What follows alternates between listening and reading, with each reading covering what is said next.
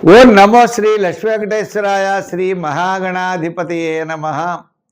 ఉగ్రం వీరం మహావిష్ణుం జ్వలంతం సర్వతోముఖం నృసింహం భీషణం భద్రం మృత్యుర్నమామ్యహం. ప్రేక్షకుల నమస్కారాలు తెలియజేస్తూ మనం ఈ వారం రాశి ఫలాలు తెలుసుకుందాం.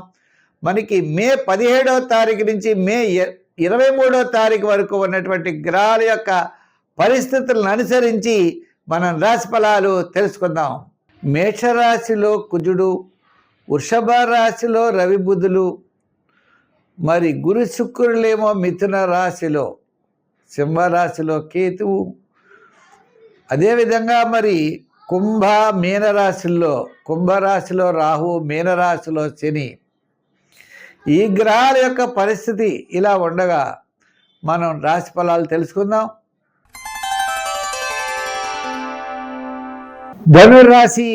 ఈ ధనుర్రాశి వారికి రవి బలం, చంద్రబలం అనుకూలంగా ఉండడం వల్ల ఆత్మస్థైర్యం చాలా ఎక్కువగా ఉంటుంది. రవి షష్ఠ స్థాన సంచారం, చంద్రుడు షష్ఠ, సప్తమ, అష్టమ స్థాన సంచారం. కార్యజయం, వార ప్రారంభంలో ధనలాభం, బంధుమిత్రుల యొక్క సమాగమం, మరి గురుడు సప్తమ స్థానం. ఈ ధనుర్రాశి వారికి గత 4 వారాల కంటే అత్యద్భుతంగా ఉంటుంది ఈ వారం. ప్రతి పర్యందు కార్యజయం, ధనలాభం, బంధుమిత్రుల యొక్క సమాగమం, నూతనమైన ప్రయత్నాల్లో అనుకూలత, పబ్లిక్ రిలేషన్స్ బాగుంటాయి, విద్యార్థులకు మంచి అవకాశాలు ఉంటాయి, శుభరూపమైన పుణ్యరూపమైనటువంటి కార్యక్రమాల్లో పాల్గొంటారు. మంచి మీ యొక్క ప్రయత్నాలన్నీ కూడా బ్రహ్మాండంగా కొనసాగే అవకాశాలు ఉన్నాయి.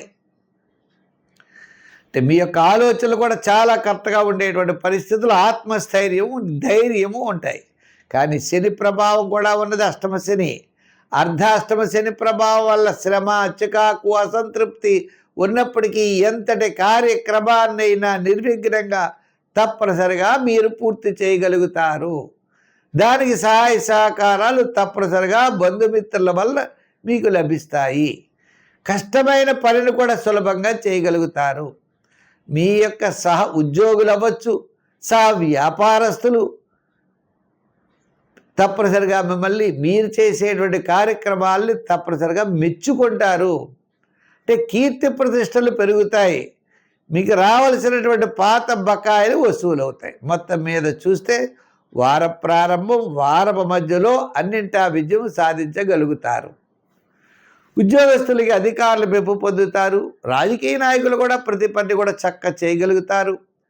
వ్యాపారపరమైనటువంటి డెవలప్మెంట్స్ కూడా ఖచ్చితంగా కనబడుతున్నాయి. నూతనమైన వ్యాపారాలు పెట్టేటువంటి ప్రయత్నాలు, ఆలోచనలతో ముందుకు కొనసాగుతారు. సంఖ్యల్లో ఎక్కువగా 3 వాడండి, రంగుల్లో ఎరుపు వాడండి. ఆరాధనలో శని భగవానుడిని పూజించండి. శనివారం నాడు తైలాభిషేకాలు చేస్తూ ఉండండి. నవగ్రహ ప్రదక్షిణ చేయండి, శని స్తోత్రాలు చేయండి, నవగ్రహారాధన చేయండి. సత్ఫలితాలు తప్పనిసరిగా ధనురాశి వారికి ఉంటాయి.